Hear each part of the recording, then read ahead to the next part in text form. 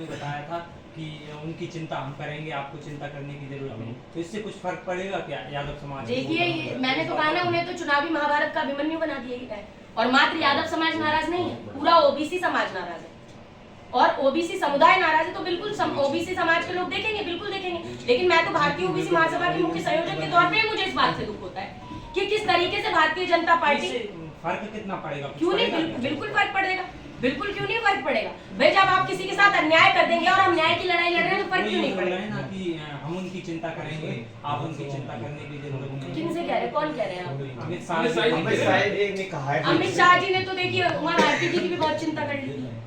अमित शाह जी ने तो माननीय कल्याण सिंह जी की बहुत चिंता कर ली, जो उन्हें 5 साल मुख्यमंत्री नहीं रहने दिया। उमा जी को पूरे 5 साल मुख्यमंत्री, उनकी इतनी चिंता कर ली कि स्टार प्रचारकों की सूची से ही नाम हटा दिया। तो ऐसी चिंता से तो भगवान बचाए, ऐसी चिंता नहीं करे तो अच्छा है। और चिंता करनी है तो अपनी कुर्सी की चिंता करें जो हिलने वाली है, क्योंकि चिंता जिस चीज की करनी थी वो तो कर नहीं पाए। देश की चिंता नहीं कर पाए, मणिपुर की महिलाओं की चिंता नहीं कर पाए, हाथरस की बेटी की चिंता नहीं कर पाए, जाकर वो एक से चिंता नहीं कर पाए। मध्य प्रदेश में आदिवासी के सर पर पेशाब कर दिए, आदिवासियों की चिंता नहीं कर पाए।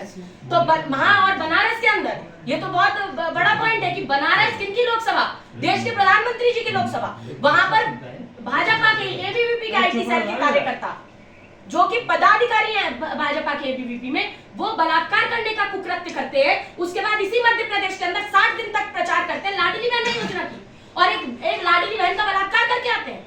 उन पर 60 दिन तक कोई कार्रवाई नहीं की जा सकती। तो अमित शाह जी ने उनकी चिंता नहीं की। हाँ, बलात्कारियों के संरक्षण की पूरी चिंता करते हैं अमित शाह जी। तो आदरणीय अमित शाह जी, अब आप जरा अपनी कुर्सी बचाने की चिंता करो।